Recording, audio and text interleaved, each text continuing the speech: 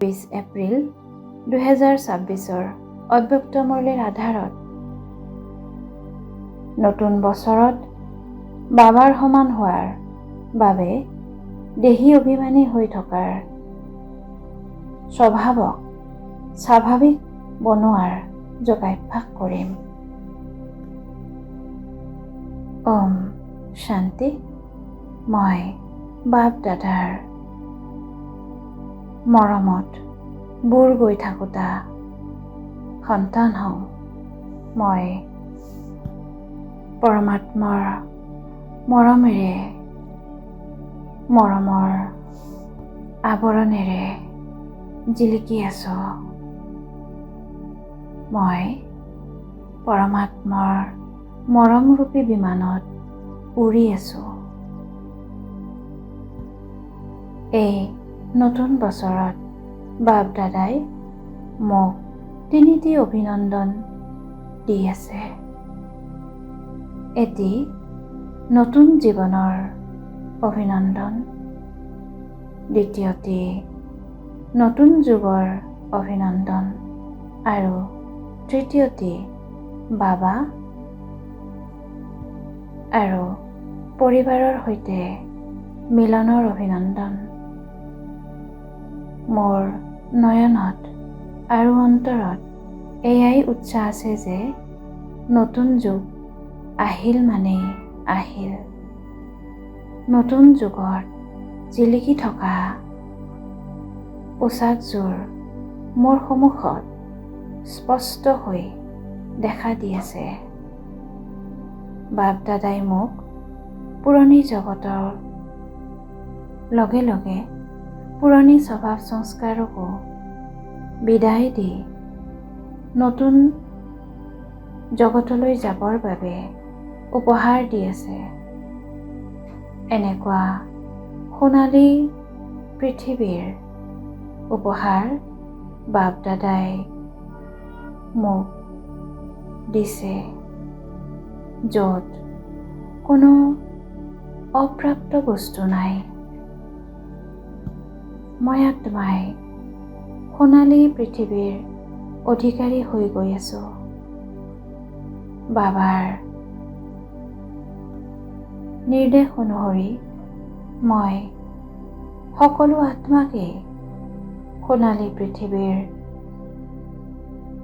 বাতৰি দি বাবাৰ এয়া উত্তৰাধিকাৰ অথবা উপহাৰ দি আছোঁ। লগতে গুণৰূপী সম্পদ, শক্তিৰূপী সম্পদ আৰু স্বমানৰ সম্পদ, এই উপহাৰ সকলোকে দি গৈ আছোঁ। দুখী অশান্ত আত্মাসমূহক মই এই বাতৰি দি আছোঁ যে এতিয়া বাবা আহিছে। এতিয়া অবিনাশী উত্তৰাধিকাৰৰ অধিকাৰী হৈ যোৱা যাওক। বাবাৰ এয়াই আশা যে মোৰ কোনোটি সন্তানো যাতে বাতৰিৰ পৰা, বাৰ্তাৰ পৰা বঞ্চিত নাথাকে আৰু কোনো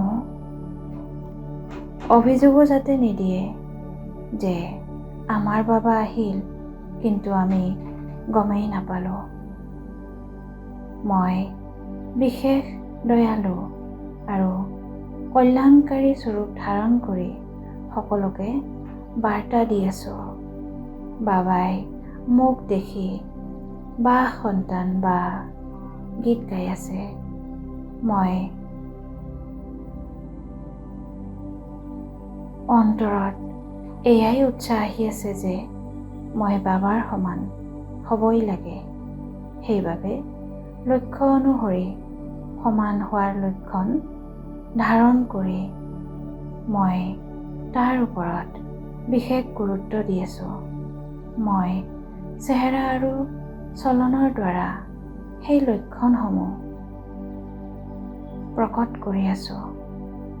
মই দেহী অভিমানী হৈ থকা স্বভাৱক স্বাভাৱিক বনাই গৈ আছোঁ।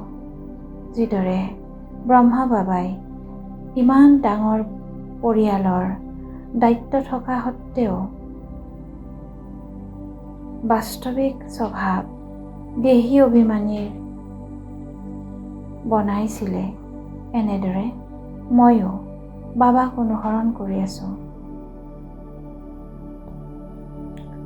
যিকোনো মন, বাণী আৰু কৰ্মেৰে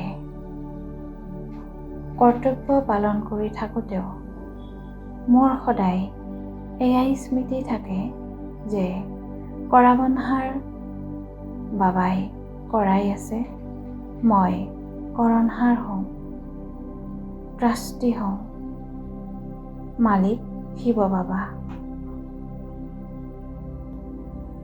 কি কৰোঁ নিবিচাৰোঁ, মায়া আহি যায়। এই পুৰণি শব্দসমূহক সংকল্পৰেও মই পুৰণি বছৰৰ সৈতে বিদায় দি দিছোঁ। নতুন বছৰত নতুন কথা। মই মায়াৰ ভিন্ন ভিন্ন ৰূপক বিদায় দিয়াৰ সাহস ৰাখোঁ।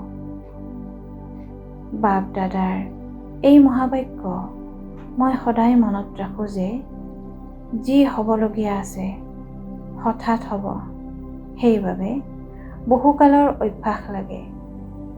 মই সময় অনুসৰি বহুকালৰ আশীৰ্বাদক বাস্তৱত আনি গৈ আছোঁ, ব্যৱহাৰ কৰি আছোঁ, কিয়নো এতিয়াৰ বহুকালই মোৰ ভৱিষ্যতৰ আধাৰ হয়।